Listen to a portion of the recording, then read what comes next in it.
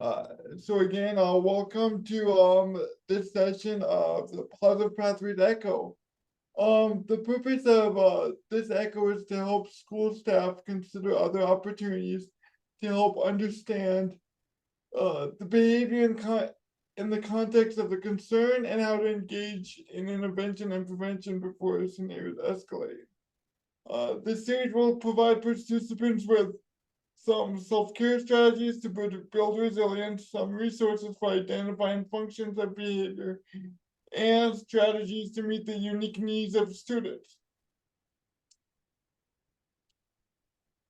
Let's before we get started, I just want to introduce the hub team. Of course, I'm Kyle Erickson here at Minor State, and Jody, you want to go next? Hi, I'm Jody Patchen. I am the assister for Project Echo.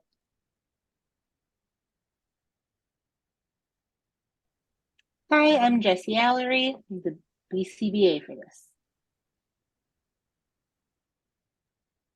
And I'm Krista Obstedal. I'm actually going to be co-presenting with Jessie today because she has to take off for a meeting. So she put together this presentation and I'm just kind of facilitating it for her. So thanks again for being here. Sorry, I'm trying to get my screen situated. So welcome to our fifth session, Building a Strong Foundation, and talking about the hierarchy of needs in students. Today's objectives are to explore the five levels of needs outlined by Abraham Maslow and their relevance to the educational context, student behaviors that signal a basic need is not being met, and teaching the students to regulate emotions and actions to meet those needs. And we do want to preface this session that this is not directly linked to applied behavior analysis theory that we've been kind of focusing this series on, but it does offer a trauma-informed lens to understand what's driving a student's maladaptive behaviors if those needs can't be identified through like a functional behavior assessment lens. So we're just trying to give you another way to approach things if you've tried some of the functional behavior assessments. So kicking it off, how does Maslow's hierarchy of needs relate to behavior? Too often, educators look at students as being in deficit, and deficit thinking can be evident in schools that focus too heavily on reforming student behavior rather than creating positive learning climates that bring out the best in students. Maslow's hierarchy of needs is a motivational theory in psychology that comprises of a 5-tier model of human needs and recognizes that these needs are mentally prioritized in order of importance. So the 5 basic levels are physiological safety, loving and belonging, esteem, and self-actualization. And some people note that the pyramidization of this theory isn't necessarily correct. It almost works as in a circle because some of the needs impact one another. But for the session, we're going to focus on like the traditional pyramid visualization of it. So as you can see, the very first 2 needs are physiological and safety, and followed by, the lower level needs are really basic ones like food, water, and safety, and these have to be addressed first before the higher needs can be fulfilled. It is important to note that the higher needs are more difficult to satisfy because they're reliant on psychological, long-term, interpersonal, and environmental factors rather than just those short-term survival-related needs. And the order of the levels is not completely fixed. So for some people, esteem might outweigh like love and belongingness, while others might actually get to that self-actualization hierarchy despite being in poverty or having many barriers in their ways. Our behaviors are usually motivated by multiple needs simultaneously as well.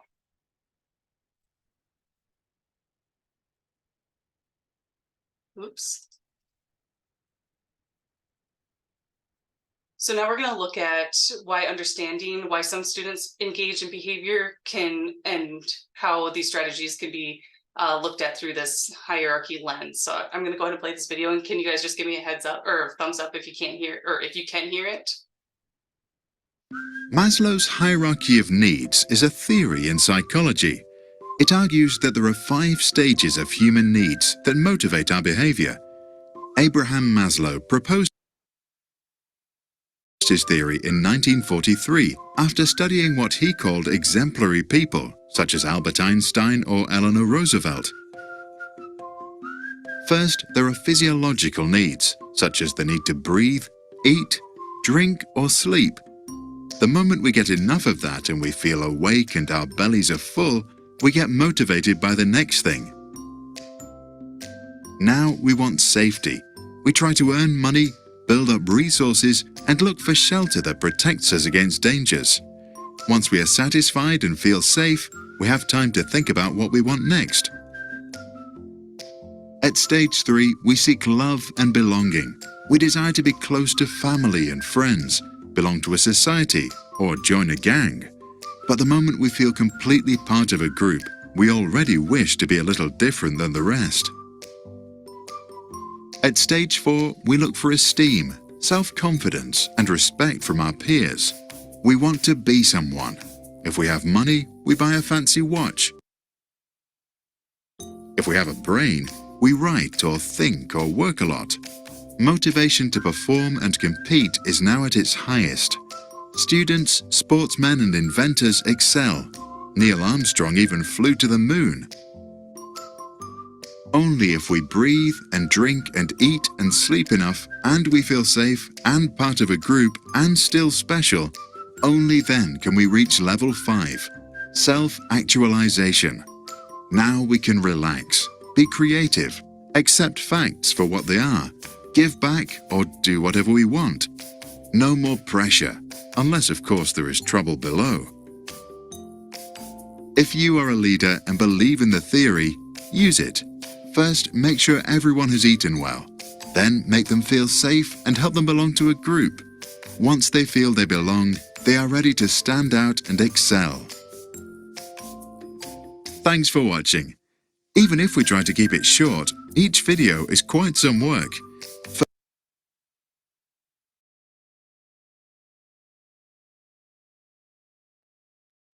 All right, so now that we have kind of like a foundational understanding of it, we'll go ahead and dive into what happens if a person cannot meet their needs.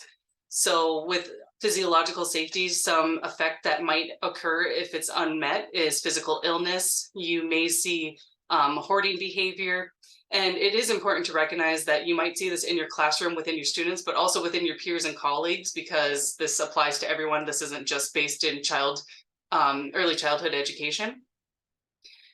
With needs not being met within the safety tier, you can see a lot of anxiety and psychological trauma. Some symptoms of trauma include confusion, difficulty concentrating, being angry, irritable, possible mood swings, and withdrawal from others. If someone doesn't have needs being met in the love and belonging tier, they might feel lonely or have antisocial behavior. And with esteem, they might be expressing that they're feeling worthless, that they feel invisible or unappreciated. They might have low self-confidence and showing signs of depression. And with self-actualization, you're going to see some boredom, cynicism, and lack of meaning in life, which I think is incredibly interesting. I've been very curious about the rise in cynicism that we've seen since the start of the COVID pandemic. So it was interesting to see that being tied to the self-actualization within this theory. So applying Maslow's hierarchy to teaching and learning, we do want to recognize that as an educator, you cannot satisfy every single physiological and safety need of the students, but hopefully you guys can help equip them with sufficient sleep, shelter. Oh, you cannot equip them with sufficient sleep, shelter, but you can provide resources to the families and referral programs that can help support these needs, and also build in some of these supports into the classroom setting.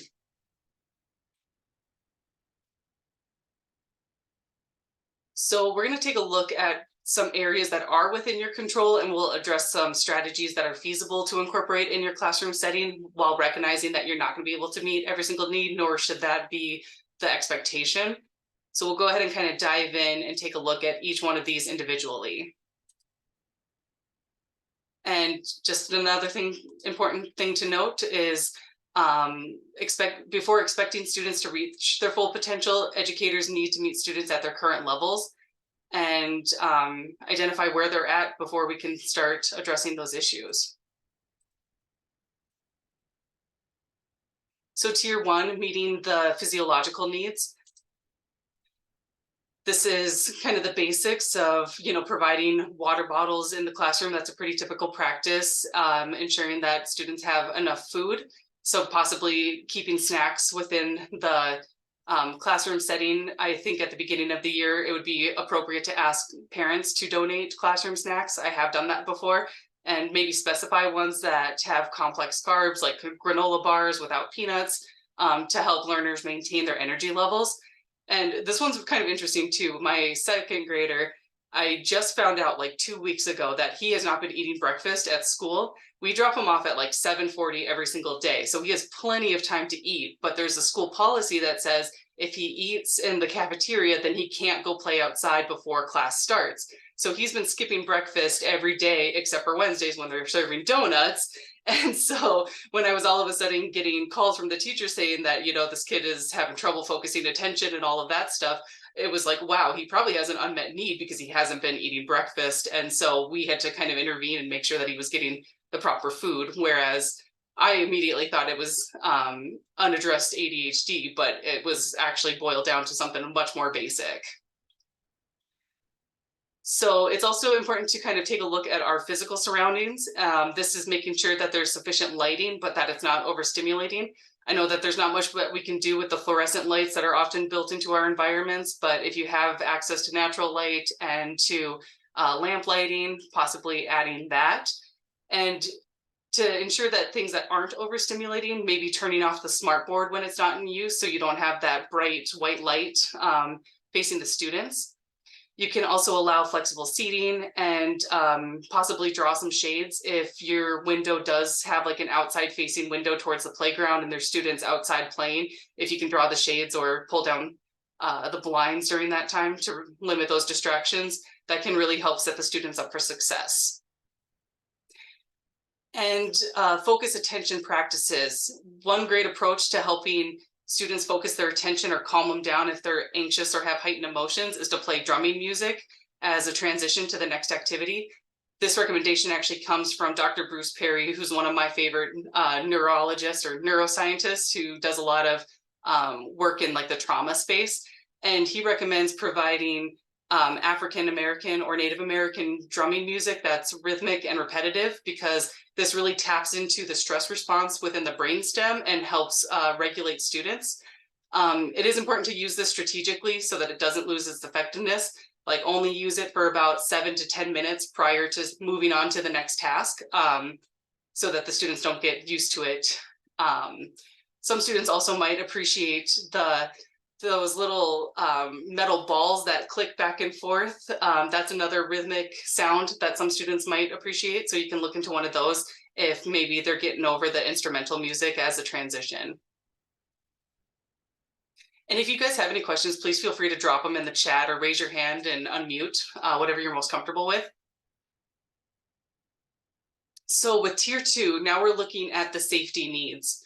Students really thrive on predictability and structure, and they associate these factors with feelings of safety. So they do best when there's no disruptions in their routines. And if they lack a routine, if there's no other factors that are threatening the little bit of routine that they have. And if that is present, they might feel unsafe and apprehensive. And of course, we're not going to be able to avoid every single change in people's routines, but we could provide visual schedules of the day to give them a heads up and give them plenty of time for a heads up if something's going to change. You can ask if the student is coming from a safe and stable home. If not, be more prepared for those difficult transitions at the beginning or the end of the day.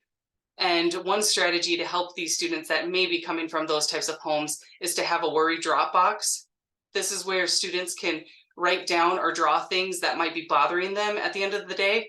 And you can even color code the Post-it notes. So maybe having like a pink Post-it to indicate that this is happening in the home space, or yellow for the school space. You can allow the student to either write down their feelings, maybe draw a picture, or just simply put their name on it and put it in this Dropbox, and then follow up with them to do a check-in and see, what's going on, and provide a little bit of that safety. We also want to make sure that we're consistent with expectations of each student while recognizing the different needs. And we're going to explore this a little bit later in the presentation. And finally, we want to foster a sense of safety through common experiences. So really showing empathy in their feelings and how you feel in those same experiences. So say that it's thundering outside and a student's really upset. You can get down and talk to them and say, I get nervous too when it's thundering, and here's what I do to help me cope when this is happening, and how I feel in my body and what I can do to help myself in that moment. If you're working with like a high school student, you can talk maybe about the different roles that we're playing in our lives. So are they an athlete? Are they a brother or sister and they're helping others? And kind of just find common grounds that you can really bond with them and help make them feel more safe and secure to be able to talk about what might be worrying them.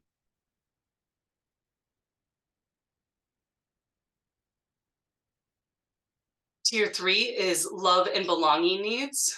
After the physiological and safety requirements have been met, love and a sense of belonging becomes a priority. This applies to family and friend relationships. A student might develop their sense of belonging through joining clubs, volunteering, or participating in like a church group or other group-centered commitments. When a person doesn't feel loved or feel like they belong, they crave attention and acceptance within those group spaces. So some strategies to foster a sense of love and belonging could include genuinely appreciating them. An unfortunate fact is some students are easier to appreciate than others. So really just try to find some of those small positive moments throughout the day and be really concrete and sincere with your compliments to show that you do appreciate them. I got a report one day from my son when he was in preschool that he had pulled down his shirt and exposed his nipple during speech class, and but he did a really good job at putting away his coat nicely that day and grabbing his school supplies quietly out of his backpack. And I remember during his IEP meeting, the teacher saying like, yeah, we're really good at finding those small little moments throughout the day to make sure that we're positively reinforcing and we're not focusing on all of the behavioral issues that were happening at the time. And he really clicked with those teachers, and that was super important for his sense of belonging in that classroom. We can also provide team building activities and really take into consideration the seating arrangements. Do we deliberately sit students who lack friends with other peers who are friendly and accepting? Or when we do a group activity randomly, do we put those students together randomly, or do we deliberately place them in groups that promote stronger relationships and a sense of belonging? So little things to think about whenever you're going about these day-to-day activities. And specific positive feedback from peers is really important in feeling loved and feeling belonging. Kids really seek validation from and approval from their peers. I was reading this one article, and a teacher mentioned that her 5th grade students would take time each day to write little shout outs to each other on sticky notes with like positive messages of appreciation, and they would post them on a cabinet door. And then every Friday morning, they would read those compliments along with facilitating some discussion on maybe their struggles and successes from that week. So this helps people feel more connected and recognizing that they're not going at this alone. Like everybody can take this time to self-reflect and be there for one another. And finally, being respectful as a ground rule. I know schools are really great about doing this, especially with character counts and setting mission statements. I did find one article that talked about teaching respect as a ground rule, because this is something that I've been wanting as a parent. So I thought that this was kind of a unique approach to it. This came from the responsive counselor, and I know this is a lot of words. Don't worry, I'm not going to read this verbatim. But laying the groundwork, the first step is getting students to think about their own beliefs and ideas about respect. You can foster this through 4 corners. That's a great movement-based way to do it. So you could ask your students questions about respect, or have them finish sentences about respect by going to one of the 4 designated corners within the room. So for example, you can say, I feel respected at school all of the time, usually, sometimes, or not very often. And as you read the choices, have the students move to the different corners of the room. Once you kind of get that baseline established, you can kind of try to get the class to come up with some sort of agreement about the definition of respect. And this picture here, the respect is with the little orange guy, is 2 definitions that she provides them. And then she asks the students what they think about the definitions. What would they change or take away or add to get that conversation going? And then finally, ask them who deserves respect and how we decide to respect someone. As you can see here on this slide, the article provides a really great script to facilitate this reflection. And in this teacher's experience, there's actually more disagreement here than in defining respect. Like I said, I'm not going to go read through this verbatim. I just thought that that was kind of a unique approach to teaching respect. And there is a link here. Jesse, are you still on? Oh no, you probably had to take off. Okay, Jessie had a really good story about one of her students. She taught middle school, and one of the students' dad had passed away the year prior, and he would bring a blanket to school that had a picture of the dad's face on it. And there were certain times during the day where he would just like lay his head down on the desk with the blanket, like lay his head down on the blanket. And some of the fellow students were making fun of him, like saying, why does an 8th grader have a blanket? And she used that as a teachable moment. She was like, nope, we're not going to make fun of our fellow students this way. Here's what possibly happened to him, and really use that as a teachable moment to show empathy and kindness to one another. And she had some really great strategies. I think I'm going to reach out to her and ask her for some of those, and we'll include those in the additional resources, because I don't think I did that story justice.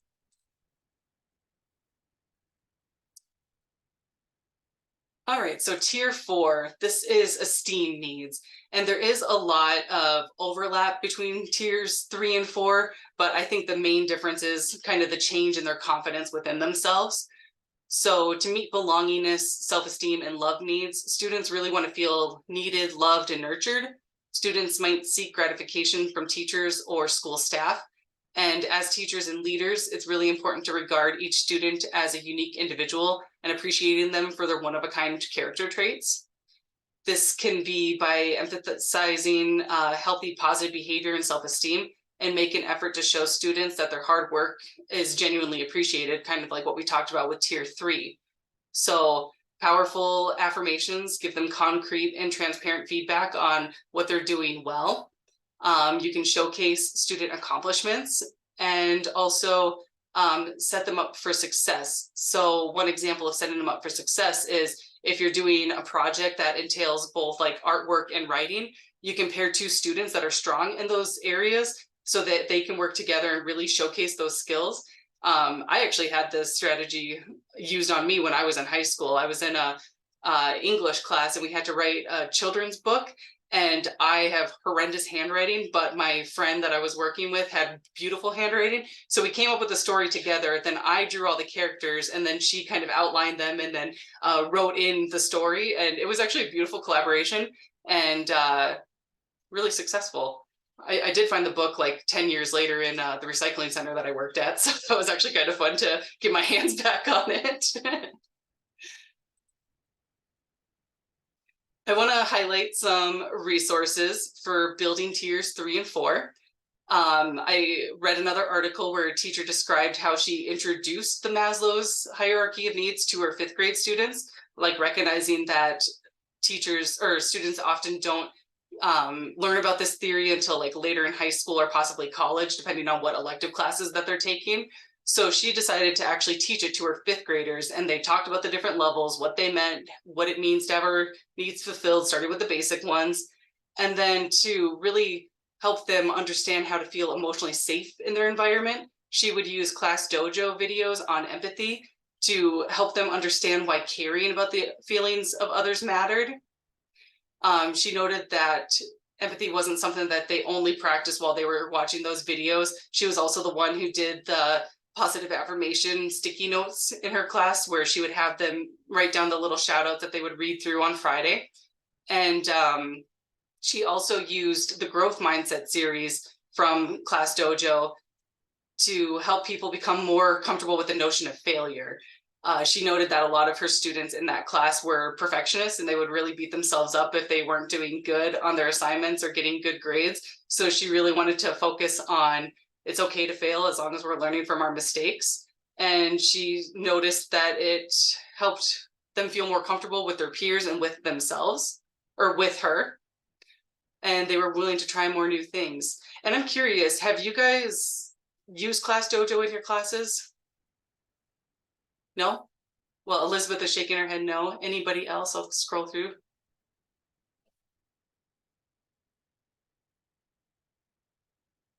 Well, if anybody has, oh, we got a chat, thank you. No. Okay, well, that makes me happy because I was really worried that everybody knew about this resource. I was really excited by it when I saw it. I'll go ahead and show you my example of it. Where did it go? Can you guys still see my screen? You guys can? Okay. So you can go to the teachers and just sign up for your account, and they have the video series. I was able to watch a couple of the videos. Without having to log into an account. So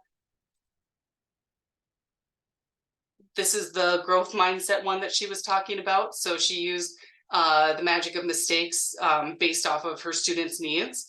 And I believe she used the incredible power of yet with her students. And this is the empathy. So it's kind of cool. You can categorize the different videos and choose which ones would most benefit your students. And they're cute little videos that are usually about 4 minutes. And I believe that they have a discussion guide that comes along with it. So you don't have to come up with your own discussion questions. So that'll be included when we send out these slides, links to these specific videos. And yeah, you guys can go ahead and sign up for an account. Sorry, now I got to get my presentation pulled back up. Can you see the slides again? Okay, perfect. Thank you. And I do want to highlight universal design for learning strategies. So this is a whole nother framework that people use, but if people aren't feeling confident in themselves, it would be really great to offer different ways for students to engage with the content and have different ways of providing multiple means of representation within their work. Are you guys familiar with the UDL framework?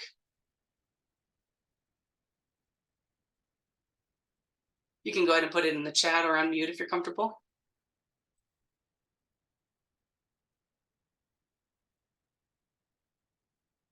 It sounds familiar. Okay. Well, universal design for learning, it's a framework to improve and optimize teaching and learning for all people based on scientific insights into how humans learn. So these guidelines offer a set of concrete suggestions that can be applied to any discipline or domain to ensure that all learners can access and participate in meaningful and challenging learning opportunities. And the whole point of universal design for learning isn't about lowering expectations or academic rigor. It's really about creating expert learners who are purposeful and motivated and knowledgeable and goal-driven. So I'm not gonna lie, I don't love the format that they use because to me it's visually just overwhelming. But if you go to the CAST website, they have a really great overview of being able to click through this guide. So if you're wanting to figure out how to offer your students more choice and autonomy with multiple means of engagement, you can go through and they'll give you lots and lots of resources on that. So kind of a great thing to check out. We do have another ECHO series on universal design for learning, but it is more directed towards higher education because from our understanding, universal design for learning is common practice in the K through 12 system, but it hasn't made its way to higher education yet. So we're trying to incorporate it at the higher ed level so that we can have more inclusive college programs instead of assuming that all of our students on IEPs aren't capable of going to college. I put together a couple UDL resources from Lori Cooney. She's with Think College, and she talks about Bookshare, which makes reading easier. People with dyslexia blindness, cerebral palsy, and other reading barriers can customize their experience to their learning style and find virtually any book that they need for schoolwork or the joy of reading. She talks about using Canva as a way for multiple means of representation. So let's say that you have an assignment and you really want them to highlight like the key points of a book that they've read. Instead of telling them that they have to write a paper on it, maybe you could say, why don't you put together a Canva flyer that's outlining as if this is a play that we're trying to get people to. So get your information across, but it's in a more visual manner. Canva has a lot of free templates that you can use, and then of course a paid version, but for these purposes, I'm sure you could get away with the stuff that's free. There's also a system called Nearpod that allows you to have real-time insights into student understanding.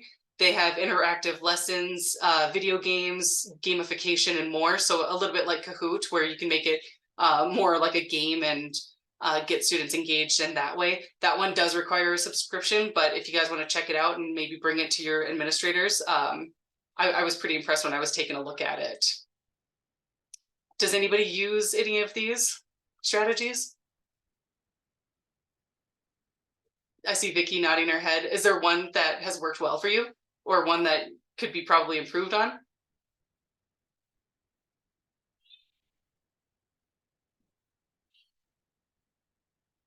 Yeah, feel free to add it in chat if needed. All right, so getting us back to the final tier of Maslow's hierarchy of needs. Now that we've really talked about some of the strategies and resources for addressing tiers 3 and 4. This is when a person's full potential is reached and they can be creative in their thinking, they can self-reflect, they can offer peer coaching to fellow students because they're feeling really fulfilled and confident in everything else that they're doing.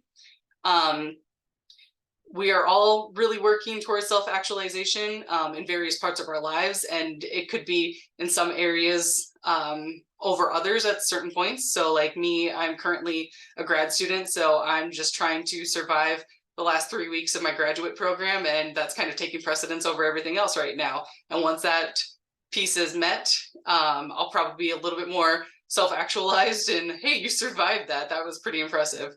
I'm not there yet, so I'm just giving my future self a pep talk, I guess. Yeah,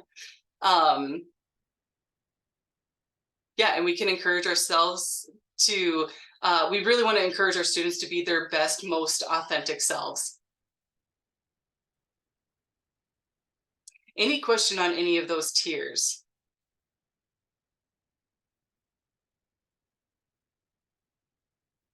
If not, I can go ahead and move on to the next portion. So Maslow and the modern learning environment. Here's some other considerations that you can take when we're thinking about our modern learning environments and how they might be impacting various needs. So physical and digital safety, like that, I don't think that was something that was considered during the creation of Maslow's hierarchy of needs, but that's definitely a need nowadays. Do students feel safe in that digital space? Do they feel good and like they belong within their school culture? Is there visual representation of these students? If you have students from diverse backgrounds, are we making sure that we're including that in presentations so that everybody feels represented and valued? I know that schools have been focusing a lot on social and emotional learning, which is really wonderful. My son talks about that quite a bit. And yeah, what are the various growth needs that people have? So like I said, these are just a couple different areas to think about when we're looking at possible needs that students may have. And Jesse found some really great questions. If we're wanting to start with maybe a survey, you could ask your students some of these questions. And how do you think your students would respond in your school district to these statements? Do you think that they would agree with all of them?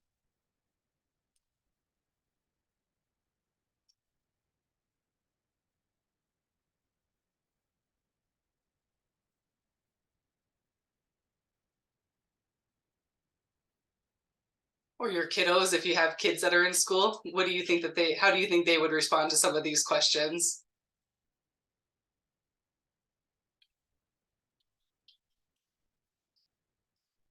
I personally love question number 4. People notice when I'm not in school. I think that that is definitely tied to a sense of belonging.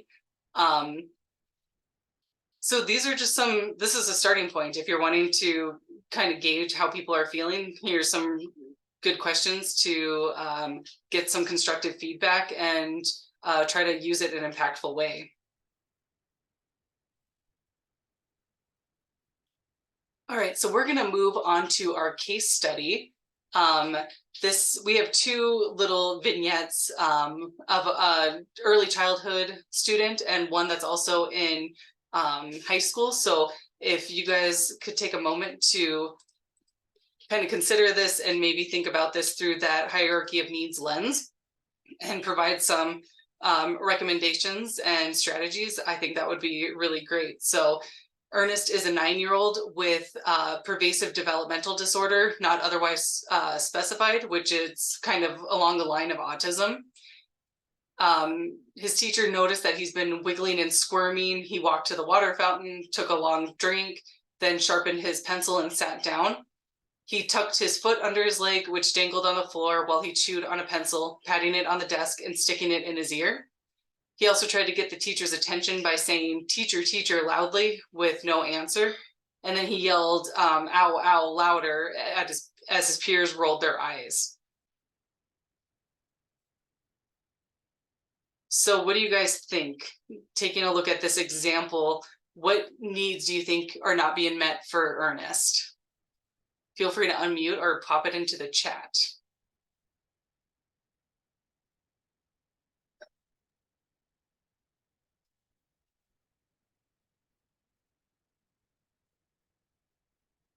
It could be that he's feeling he's 9 years old, so he probably can't necessarily identify that he's feeling stress or anxiety related symptoms. That walk to the water and that long drink, that might actually be him trying to self-soothe on his own. And it's not working. So now he's trying desperately to get help, I think, or trying to have someone help him regulate.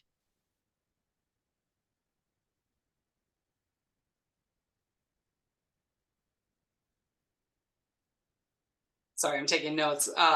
That's a really interesting observation. The long drink at the water fountain.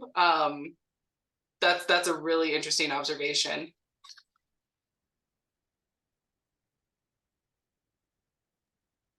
I know with my kid, the oral work, the chewing on the pencil is like the self-soothing too. And the tapping is the self-soothing. Not sure about the ow, ow, ow. I think, but other than that, but yeah, that the pencil in the water is the stuff. My kid does that. Yeah, mine sucks I on. saw the, oh, sorry. So you go ahead.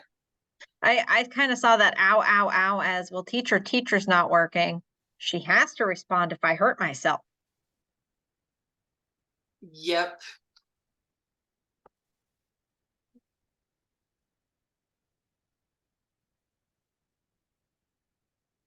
Dawn says that it doesn't seem that he has a feeling of belonging in the class, especially when he verbalized that he was looking for some attention and the peers rolled his eyes. I think that that's definitely a teachable moment of how do we give space to all of our students and respect their opinions, I guess.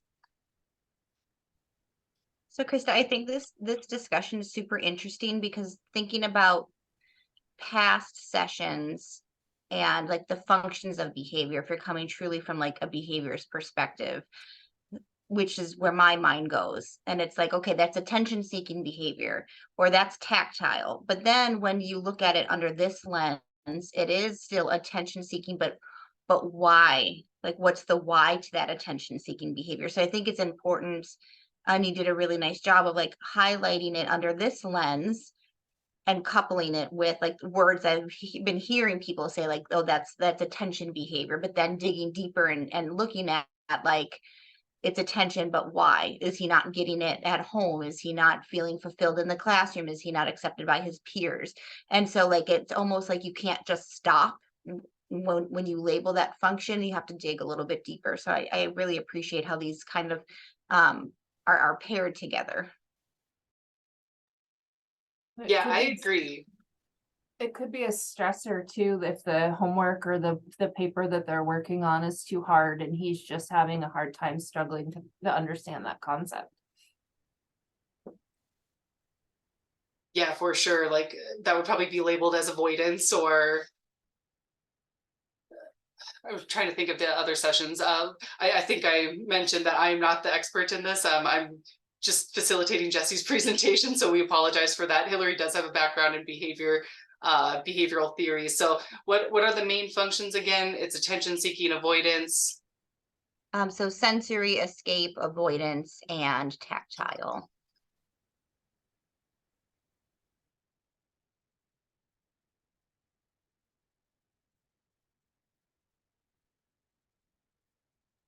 Sorry, escape.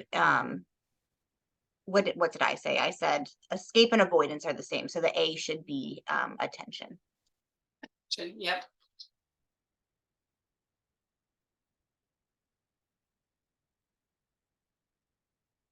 How would you guys approach it if you noticed that all the other students were rolling their eyes at this student? Do you have any strategies of like, how do you kind of like call in so that it's not, we're making a big deal about, you know, what he's saying, but then like using this as a teachable moment with the students?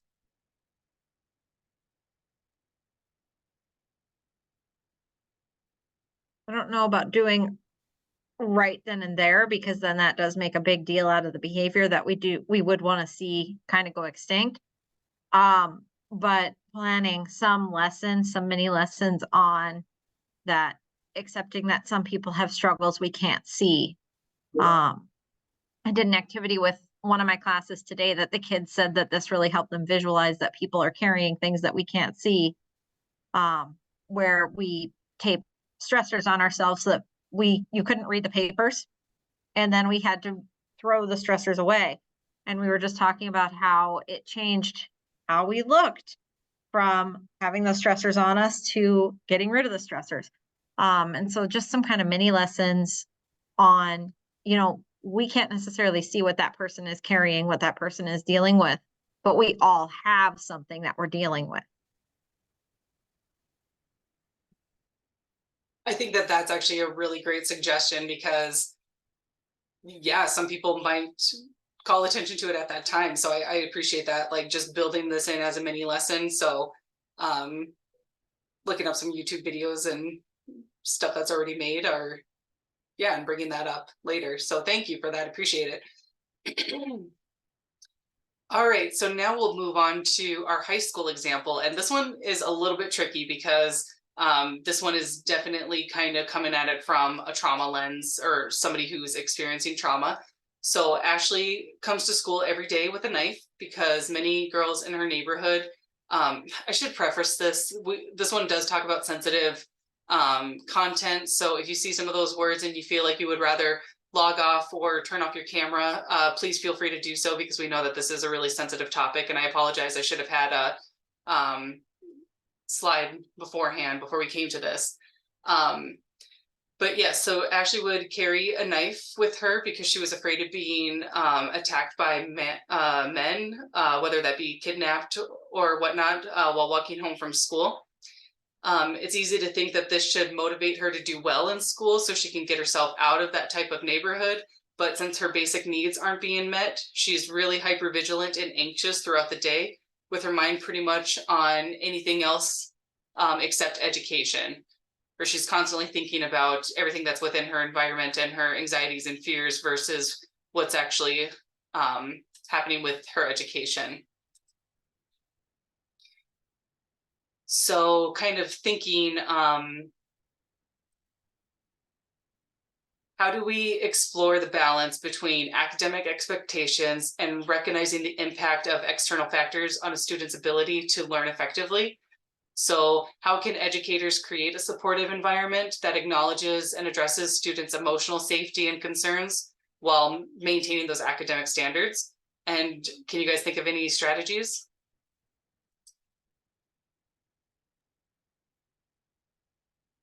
Ask Ashley, what can we do in the school setting to help you feel safe while you're at school? you know, and make sure to have that qualifier, because we can't control her environment outside the school. It is unfortunately we cannot control that. But we have to realize that. And we also have to know that that's a very real fear for some individuals, regardless of where in the world they live. Whether they've got a family member that's experienced it or whether they see it, it's a real fear. Do we want her bringing a knife to school? No. But do we also understand where that's coming from? So perhaps having some kind of check-in for her once she's at school as well. So that way she can know that she's secure. She can know that she's got that tool available when she leaves.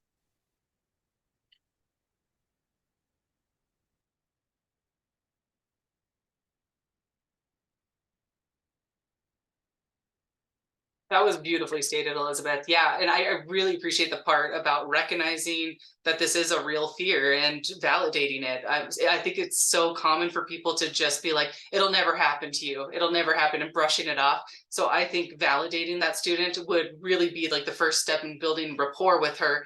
And I think following up with those check-ins is a really great opportunity.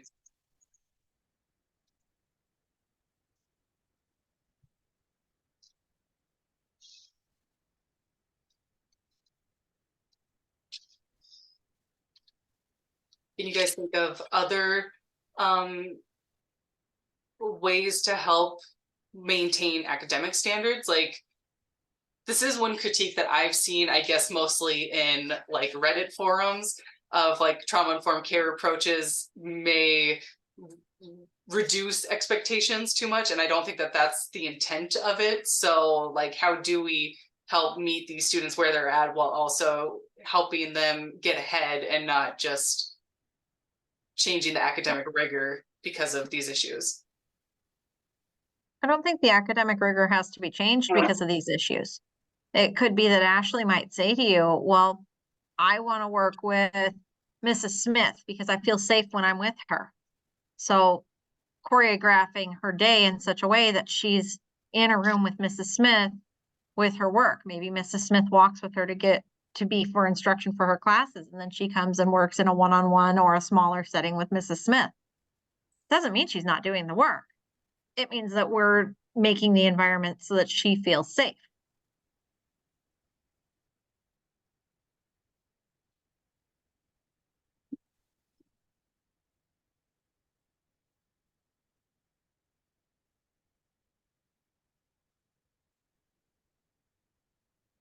I really like that suggestion. Yeah, like asking her, who do you feel safe with, and making those accommodations really so that she's getting that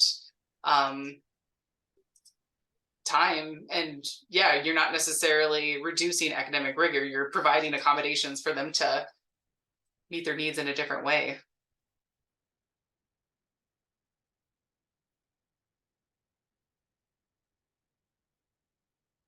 Have you guys ever worked with a student that was exhibiting signs of trauma?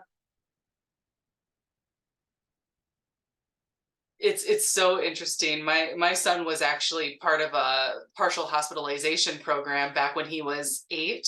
And at the time they diagnosed him with anxiety and depression. And then after learning a lot more about hierarchy of needs and trauma-informed practices, I was able to look back and say, that's not what was happening in that time. Like, he was experiencing adverse childhood experiences that we weren't addressing. Like, we knew that they were happening, and like everyone on the team kind of knew about it, but we never really talked to him about it. We were almost just like putting band-aids on the symptoms that he was showcasing, but not really like providing that counseling that was desperately needed at the time. Hindsight is 2020, and he's doing great, by the way. That was 5-6 years ago, and he's doing wonderful. But I was like, man, if I would have known what I know now back then, it would have been really, really nice.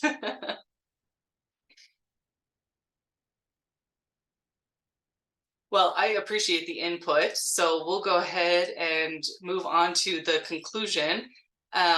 Just bottom line, all behavior is communication.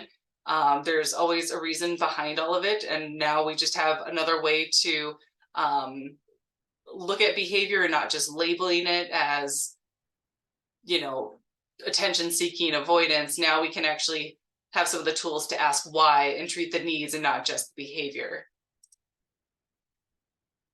Here's the references that we use to put together this presentation. And we do have some additional resources that we will provide as a follow-up to this session. So thank you guys so much for being here. Kyle, can you add the evaluation to the chat, please?